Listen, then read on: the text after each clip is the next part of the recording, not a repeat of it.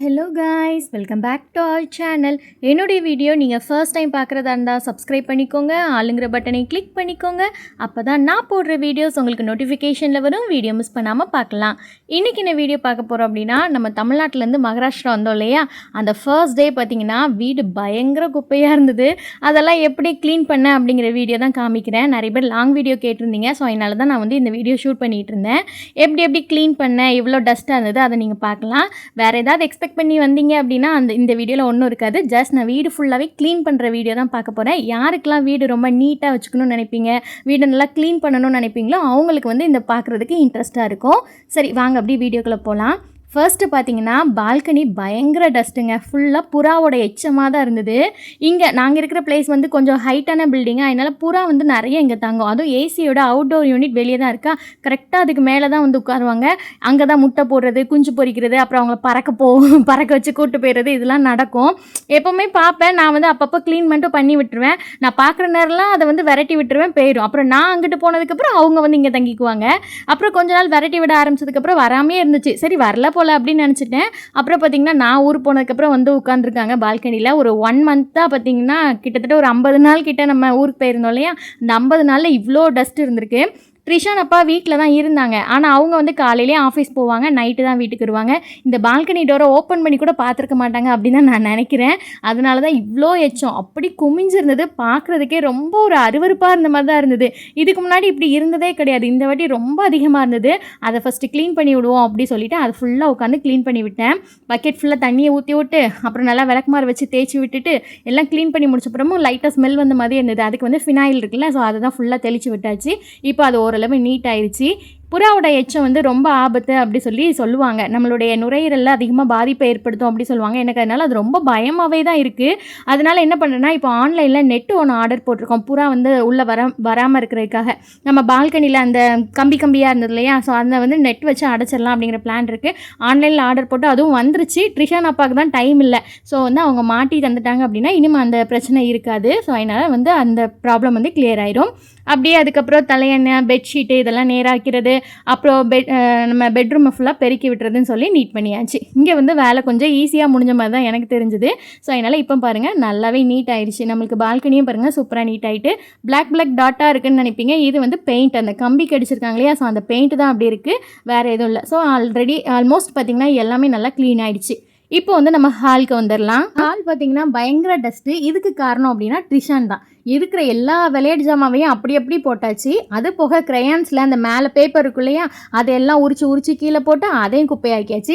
அது போக பார்த்திங்கன்னா மேலே ஃபுல்லாக ஒட்டடை, அதுக்கப்புறம் நம்மளுக்கு டிவி யூனிட் அந்த கீழே ஒரு சின்ன ஸ்டாண்ட் வச்சுருக்கலாம், அது ஃபுல்லாக டஸ்ட்டு இப்படியாக தான் இருந்தது. சரி, இதை ஆரம்பிக்கலாம் அப்படி சொல்லிட்டு எல்லாமே பார்த்திங்கன்னா நம்மளுக்கு 4x ஸ்பீடில் தான் இருக்கும்.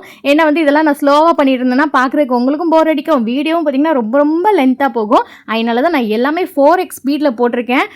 நல்லா இருக்கும்னு நினைக்கிறேன் அப்படின்னா க்ளீன் பண்ணுறதை பார்க்குறதுக்கு. ஸோ அதுக்காக தான் ஃபஸ்ட்டு பெட்ரூமை முடிச்சாச்சா. இப்போ அடுத்தது வந்து பார்த்திங்கன்னா ஹால் தான். ஃபஸ்ட்டு வந்து லைட்டாக அங்கே பெட்ரூமில் எவ்வளோ டஸ்ட் இருந்ததோ அதெல்லாம் பெருக்கி இங்கே ஓரமாக தள்ளி விட்டுட்டு அப்புறம் என்ன இருக்கிற விளையாட்டு ஜாமான் எல்லாத்தையும் நம்ம அடுக்கி வைக்கிறது தான்.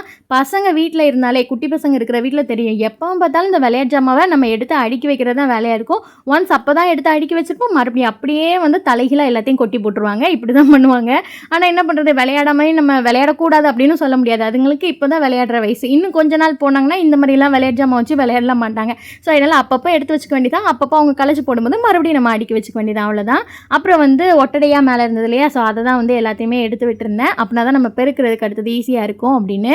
அதுவும் இல்லாமல் எனக்கு வந்து சோஃபாக்கு கீழே பார்த்திங்கன்னா கேப் இருக்கும். ஸோ என்ன டஸ்ட்னாலும் ஈஸியாக அடியில் போய் இருந்துக்கும். அது போக பார்த்திங்கன்னா ஏகப்பட்ட விளையாட்டு ஜாமாவும் சோஃபா கடியில் தான் கிடக்கும். இவன் யூஸ் பண்ணுற பென்னு, பென்சிலு, க்ரையான்ஸு, எரேசன் எல்லாமே அடியில் போய் தான் கிடக்கும். என்ன தான் அது க்ளீன் பண்ணாலும் அது வந்து அடியில் தான் போயிருக்கும். அதனால் எப்போமாவது தான் அந்த சோஃபாவெல்லாம் நவுட்டிட்டு நம்ம வந்து பெருக்கிறது உண்டு. டெய்லிலாம் நவுட்டிட்டு பெருக்க முடியாது நம்மளால். அதனால் வந்து எப்போமாவது தான் அப்படி பெருக்குவேன். ஸோ அதுதான் இப்போ பண்ணலாம் அப்படின்னு சொல்லிட்டு, எப்படி என்ன நான் 50 days ஆகிடுச்சு வீட்டை பெருக்கி. ட்ரிஷான் அப்பா வீட்டில் இருந்தாங்க, ஆனாலும் அவங்க லைட்டாக தான் பெருக்கியிருப்பாங்க, ரொம்ப ஒன்றும் டீப்பாலாம் பண்ணியிருக்க மாட்டாங்கன்னு தெரியும். ஸோ அதனால் இந்த சோஃபாவெல்லாம் நவுட்டிட்டு அதுக்கப்புறம் அந்த டிவி யூனிட்குள்ளே அந்த டஸ்ட்டாக இருந்ததில் அதெல்லாம் கிளியர் பண்ணிவிட்டு இந்த ரேக்கில் பார்த்தீங்கன்னா ஒவ்வொரு ரேக்லேயும் ஒவ்வொன்று நான் அரேஞ்ச் பண்ணி வச்சேன். வச்சுருப்பேன். அதாவது ஒரு இதில் வந்து நம்மளுடைய பைபிள் அது எல்லாமே வச்சுருப்பேன். இன்னொரு இதில் ட்ரிஷானோட புக்ஸ் வச்சுருப்பேன். இன்னொரு இதில் அவர் கலர்ஸ் பண்ணுவார். ஸோ அந்த க்ரையான்ஸு, பென்சிலு, பெயிண்டிங்கு, இந்த ப்ரெஷ் அது எல்லாமே வச்சுருப்பேன். அப்புறம் ஒரு இதில் நம்ம யூஸ் பண்ணுறதுக்குன்னு கவர் ஏதாவது வேணும் இல்லையா, அப்பப்போ எதுக்காவது கவர் தேவைப்படும். அந்த மாதிரி அந்த கவர் அப்படின்னு ஒவ்வொன்றையும் நான் வந்து ஒவ்வொரு ரேக்லேயும் ஒவ்வொன்று வச்சுருப்பேன். ட்ரிஷான் அப்பா அதை கண்டிப்பாக உழப்பி வச்சுருப்பாங்கன்னு எனக்கு தெரியும். அதனால தான் அதையும் அடுக்கி வச்சுருவோம். அப்படின்னா தான் நம்ம டக்குன்னு ஏதாவது வேணும் அப்படின்னா எடுத்துக்கிறதுக்கு தெரியும் அப்படின்னு சொல்லிட்டு எது எங்கே இருக்கோ அப்படி இப்படி மாற்றி அதையும் அடுக்கி வச்சுட்டு இருந்தேன். அதுக்கப்புறம் தான் சோஃபாக்கு நான் வந்தேன். சோஃபா வந்து லைட் வெயிட் தான், ரொம்ப நம்மளுக்கு வெயிட்லாம் இருக்காது. ஆனாலும் அது வந்து இடைஞ்சலாக இருக்கிறதுனால அந்த வந்து கொஞ்சம் நவுட்டுறதுக்கு இதுக்கெலாம் கொஞ்சம் கஷ்டமாக தான் இருக்கும். என்னால் கொஞ்சம் கஷ்டப்பட்டு தான் பண்ணுற மாதிரி இருந்தது. ஆல்ரெடி நம்ம வந்து முந்தின நாள் தான் ட்ராவல் பண்ணிட்டு வந்திருக்கோமா, ஒரு 1.5 நாள் ட்ரெயின் ட்ராவலில் தான் வந்திருக்கோம். என்ன தான் ட்ரெயினில் நல்லா படுத்து தூங்கி வந்தாலும் நம்மளுக்கு ட்ராவலுக்குன்னு ஒரு டயர்டு இருக்க தான் செய்யும். ஸோ அதுவும் போக நம்ம வீட்டையும் க்ளீன் பண்ணணும் அப்படிங்கும்போது இன்னும் டயர்டாக தான் இருந்துச்சு. ஆனால் என்ன பண்ணுறது, எனக்கு வந்து க்ளீன் பண்ணால் தான் ஒரு நிம்மதியாக இருந்த மாதிரியே இருக்கும். இல்லை அப்படின்னா ஒரு மாதிரி நம்ம குப்பைக்குள்ளேயே இருக்கும் அப்படிங்கிற மாதிரியே இருந்த மாதிரி இருக்கும். அதனால வந்து ஃபர்ஸ்ட் டேயே எப்பவுமே க்ளீன் பண்ண ஆரம்பிச்சிருவேன். எனக்கு வந்து அம்மாவும் சரி எங்கள் அத்தையும் சரி எனக்கு சொல்கிற அட்வைஸ் என்னென்னா, போனோடனே க்ளீனிங்லாம் எதுவும் பண்ணாத, எல்லா நாளையும் அதாவது எல்லா வேலையும் ஒரே நாளில் செஞ்சிடாத, கொஞ்சம் கொஞ்சமாக செய், இல்லைனா உடம்புல பிடிச்சிக்கும். அதுவும் வந்து நம்மளுக்கு ஆப்ரேஷன்லேயே டெலிவரி, ஸோ அதனால் உடம்புக்கு ரொம்ப இதாகும். அதனால் கொஞ்சம் கொஞ்சமாக பண்ண அப்படின்னு தான் அம்மாவும் சரி அத்தையும் சரி சொல்லிவிடுவாங்க. ஆனால் நான் வந்து கேட்குறதே இல்லைன்னா எனக்கு ஒரே நாளில் எல்லாத்தையும் க்ளீன் பண்ணி முடிச்சாதான் மனசுக்கே ஏதோ திருப்தியாக நிம்மதியாக இருந்த மாதிரி இருக்கும். அப்பாடா வேலை முடிஞ்சது, வீடு நீட்டாக இருக்குது அப்படின்னு. ஏன்னா வீட்டை வந்து நீட்டாக வச்சுக்கிறது வந்து எனக்கு ரொம்ப பிடிக்கும். அதனால வந்துட்டு அந்த வேலையெல்லாம் முதல்ல நான் செஞ்சு முடிச்சிருவேன். என்ன தான் டயர்டாக இருந்தாலும் பரவாயில்ல, செஞ்சு முடிச்சிடலாம் அப்படி சொல்லிட்டு இருக்கிற சோஃபா எல்லாத்தையும் நவுட்டி அதுக்கு அடியில் உள்ள டஸ்ட் எல்லாம் எடுத்து விட்டு அப்படி நான் வந்து நீட் பண்ணிகிட்டு இருந்தேன். ட்ரெயினில் நம்ம வந்து நல்லா படுத்து தூங்கி தான் வாரோம். ஆனாலும் பார்த்திங்கன்னா தூங்க விடாமல் நிறைய பேர் டிஸ்டர்ப் பண்ணுவாங்க. ஏன்னா வந்து கொஞ்சம் ஏஜ் ஆனவங்க நிறைய பேர் ட்ராவல் பண்ணுவாங்க. அவங்களாம் பார்த்திங்கன்னா நைட் ஆனாலே கொரட்டை விடுவாங்க. பயங்கர கொரட்டையாக இருக்கும். ரொம்ப கஷ்டமாக இருக்கும் தூங்குறதுக்கு. இன்னொன்று பார்த்திங்கன்னா சில பேர் மொபைலில் நல்லா சவுண்டாக வச்சு வீடியோ பார்ப்பாங்க. அடுத்தவங்களுக்கு டிஸ்டர்ப் பண்ணக்கூடாது அப்படி சொல்லிட்டு அதை கொஞ்சம் வால்யூம் கம்மி பண்ணி பார்க்கலாம். ஆனால் வந்து சவுண்டாக வச்சு வீடியோ பார்ப்பாங்க. இன்னொருத்தவங்க பார்த்திங்கன்னா நம்மளுக்கு யார்ட்டையா ஃபோன் பேசுவாங்க, அதை மெல்லையும் பேச மாட்டாங்க, நல்லா சத்தமாக வீட்டில் நம்ம மட்டும் தான் இருக்குங்கிற மாதிரி பேசுகிற மாதிரியும் பேசுவாங்க. இப்படிலாம் இருக்கும்போது நம்மளுக்கு தூக்கம் வராது. இன்னொருத்தவங்க பார்த்தீங்கன்னா பாட்டு கேட்டுட்டு தான் தூங்குவோம் அப்படி சொல்லிட்டு மொபைலில் பாட்டை போட்டுட்டு இங்கே தூங்க ஆரம்பிச்சிருவாங்க. சில பேர் பார்த்தீங்கன்னா விடிய காலையில் அலாரம் அடிக்கும். நார்மலாக அவங்க வீட்டில் இருக்கும்போது அலாரம் வச்சுட்டு தூங்குவாங்க. அந்த அலாரம் அடிக்கலையே அதை ஆஃப் பண்ணாமே தூங்கிடுவாங்க. பார்த்தீங்கன்னா விடிய காலையில் போல் அலாரம் அடிச்சுட்டு இருக்கும். ஆனால் அவங்க நல்லா தூங்கிட்டு தான் இருப்பாங்க. நமக்கு தான் தூக்கம் முழிச்சிட்டு எப்போண்டா இவங்க ஆஃப் பண்ணுவாங்க அப்படிங்கிற மாதிரி இருக்கும்.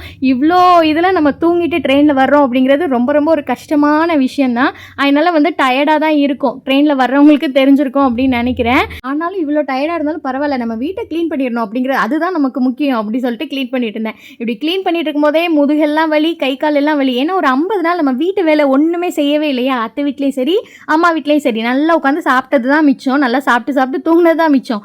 ஒரு வேலையும் செய்யலை. புதுசாக நம்ம உடம்புக்கு வேலை கொடுத்தோன்னே அதுவே டயர்ட் ஆயிடுச்சு.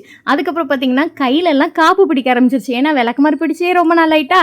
அதனால பார்த்தீங்கன்னா ஃபுல்லாக கையிலெல்லாம் காப்பு பிடிச்சி ஒரு 2 நாளைக்கு அப்படி காந்திட்டே இருந்த மாதிரி தான் இருந்துச்சு. எப்போவுமே இப்படி தான். நம்ம தமிழ்நாட்டிலேருந்து இங்கே ஒடிசாவில் இருக்கும்போதும் சரி, இல்லை இங்கே மகாராஷ்டிராவில் இருக்கும்போதும் சரி, ஊருக்கு போயிட்டு வந்தேன் அப்படின்னாலே அடுத்த நாள் ஃபுல் டே எனக்கு வேலையாக தான் இருக்கும். ஃபுல் அண்ட் ஃபுல் டஸ்ட்டை க்ளீன் பண்ணுறதா தான் இருக்கும். ட்ரிஷான் அப்பாவை நான் க்ளீன் பண்ணுங்க அப்படின்னு சொல்லவும் நம்மளால் முடியாது. ஏன்னா அவங்களே வேலைக்கு போயிட்டு வந்து டயர்டாக இருப்பாங்க. நம்ம வந்து க்ளீன் பண்ணி வைங்க அப்படிலாம் சொல்ல முடியாதா. அதனால பரவாயில்ல, நம்ம தான் பண்ணி ஆகணும் அப்படி சொல்லிட்டு பண்ணிடுறது. இப்போ பாருங்கள், ஹால் வந்து ரொம்ப நீட்டாகிடுச்சு அப்படின்னு நினைக்கிறேன். மேலே ஃபுல்லாக ஒட்டடி அடிச்சாச்சு, அங்கங்கே டஸ்ட்டெல்லாம் தொடச்சி விட்டாச்சு. சோஃபா கடியில் உள்ள டஸ்ட்டெல்லாம் எல்லாமே பெருக்கி இப்போ வந்து நல்லா நீட் ஆயிடுச்சு. அடுத்தது பார்த்திங்கன்னா கிச்சன் தான். இந்த கிச்சனை க்ளீன் பண்ணணும் அப்படின்னாலே எனக்கு ஒரு பெரிய தலைவலியாக இருந்த மாதிரி இருக்கும். மற்றபடி ஹாலு பெட்ரூம் க்ளீன் பண்ணுறது கூட ரொம்ப இன்ட்ரெஸ்ட்டாக பண்ணிடுவேன். ஏன்னா இதில் வந்து திங்ஸ் வந்து நமக்கு நிறையா இருக்கும். ஒவ்வொன்றையுமே அதாவது சின்ன பாத்திரம், நம்மளுக்கு அந்த மசாலா ஜாமான் போட்டு வச்சுருக்கிற டப்பா அது இதுன்னு க்ளீன் பண்ணிட்டு இருக்கணும்னு சொல்லிட்டு அது ஒரு பெரிய தலைவலியாக இருந்த மாதிரி தான் இருக்கும். ஆனாலும் பரவாயில்ல, நம்ம தான் பண்ணணும் அப்படின்னு சொல்லி ஸ்டார்ட் பண்ணியாச்சு.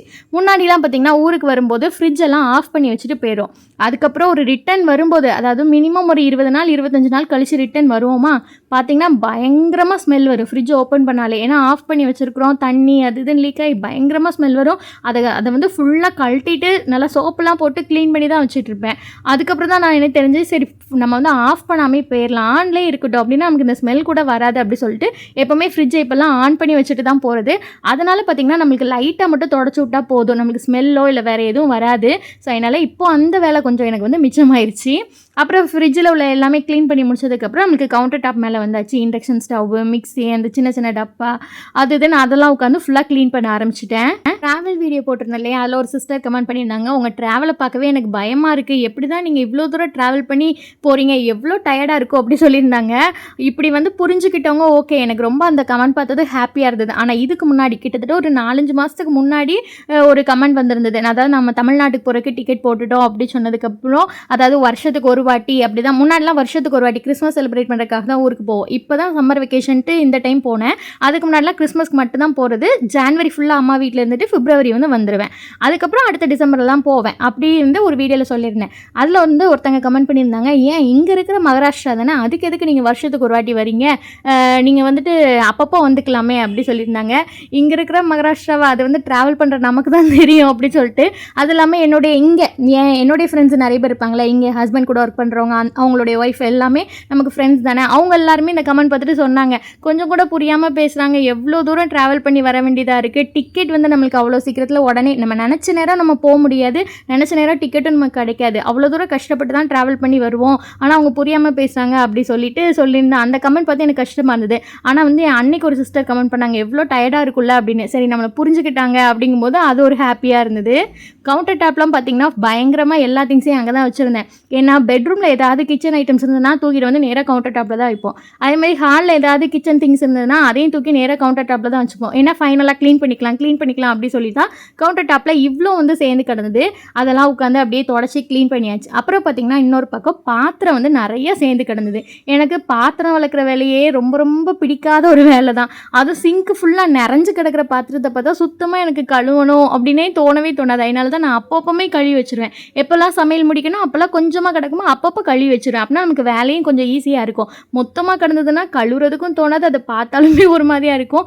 ஆனால் வந்து காலையிலேருந்தே நான் வேலை பார்த்துட்டே இருந்ததுனால இடையில வந்து சாப்பிடும்போது இல்லை டியூஷனுக்கு பால் ஏதாவது குடிக்கும்போது அந்த பாத்திரம் அதுன்னு எல்லாமே சேர்ந்து சாயங்காலம் மொத்தமாக விளக்கிக்கலாம் அப்படி சொல்லி, ஏன்னா நம்ம க்ளீன் பண்ணுற வேலையை தானே பார்த்துட்ருக்கோம் அப்படி சொல்லிட்டு இதை சேர விட்டாச்சு. அதனால தான் இவ்வளோ சேர்ந்து கிடந்தது. அதெல்லாம் உட்காந்து பொறுமையாக உட்காந்து கழுவி எல்லாமே நீட் பண்ணிகிட்டு இருந்தேன். க்ளீன் பண்ணும்போது நம்மளால் கண்டிப்பாக சமைக்கவே முடியாது. சமையல் பார்த்திங்கன்னா நான் ஹோட்டலில் வாங்கல, இங்கே வந்து ஒருத்தங்க வீட்டிலேயே சமைச்சு கொடுப்பாங்க நமக்கு. அதாவது வேலைக்கு போகிறவங்களால காலையில் தனியாக சமைச்சு, அதாவது பேச்சுலராக இருப்பாங்க, இல்லைனா ஃபேமிலியை வெளியே விட்டுட்டு இவங்க மட்டும் தனியாக இருப்பாங்க. அப்படி உள்ளவங்களுக்குலாம் வந்து காலையில் வந்து செஞ்சு அவங்களால சமைக்க முடியாது, ஆஃபீஸ் போயிட்டு வரக்கே கரெக்டாக இருக்கும். அதனால அப்படிப்பட்டவங்களுக்கு பார்த்திங்கன்னா வீட்டிலேயே சமைச்சு கொடுக்குறாங்க ஒருத்தங்க. ஸோ அவங்ககிட்டே நம்ம சொல்லிட்டோம் அப்படின்னா அவங்க நமக்கு சாப்பாடு எடுத்துகிட்டு வந்துடுறாங்க. இப்போ ட்ரிஷானப்பா லாஸ்ட் ஒரு 10 டேஸாக பார்த்திங்கன்னா அப்படி தான் ஃபாலோ பண்ணாங்க. ஏன்னா அவங்களால வந்துட்டு ஆஃபீஸும் போயிட்டு சமையல் பண்ணிட்டு இருக்க முடியல அப்படி சொல்லிட்டு. அதனால் வீட்டில் செய்கிற மாதிரியே சாப்பாடு இருக்கும். 70 rupees தான். மீல்ஸ் எல்லாமே இருக்கும், சப்பாத்தி, அப்புறம் கிரேவி, ரைஸு, தால் எல்லாமே இருந்தது. ஸோ அதை தான் வாங்கிட்டு, அதாவது வீட்டுக்கே வந்து கொடுத்துட்டாங்க. அதை அப்பப்போ இடையில சாப்பிட்டுக்கிறது, வீட்டு வேலையை செய்கிறது, இப்படி தான் நான் கண்டினியூ பண்ணிகிட்டு இருந்தேன். அப்புறம் கிச்சன் எல்லாமே தொடச்சி முடிச்சுட்டு அப்படியே வீட்டுக்கு மாப் எல்லாமே போட்டு முடிச்சாச்சு. இப்போ கிச்சனு வீடு எல்லாமே க்ளீன் ஆகிடுச்சு. இதுக்கப்புறம் தான் என்னுடைய ரொட்டீன் லைஃப் எல்லாம் நான் ஸ்டார்ட் பண்ணேன். அந்த வீடியோ எல்லாமே நீங்கள் பார்த்துருப்பீங்க அப்படின்னு நினைக்கிறேன். அவ்வளோதான். ஓகே கைஸ், வீடியோ பிடிச்சிருக்கோம் அப்படின்னு நினைக்கிறேன். வீடியோ பிடிச்சிருந்துச்சுன்னா லைக் பண்ணுங்கள், சேனல் மறக்காமல் சப்ஸ்கிரைப் பண்ணுங்கள். பாய்.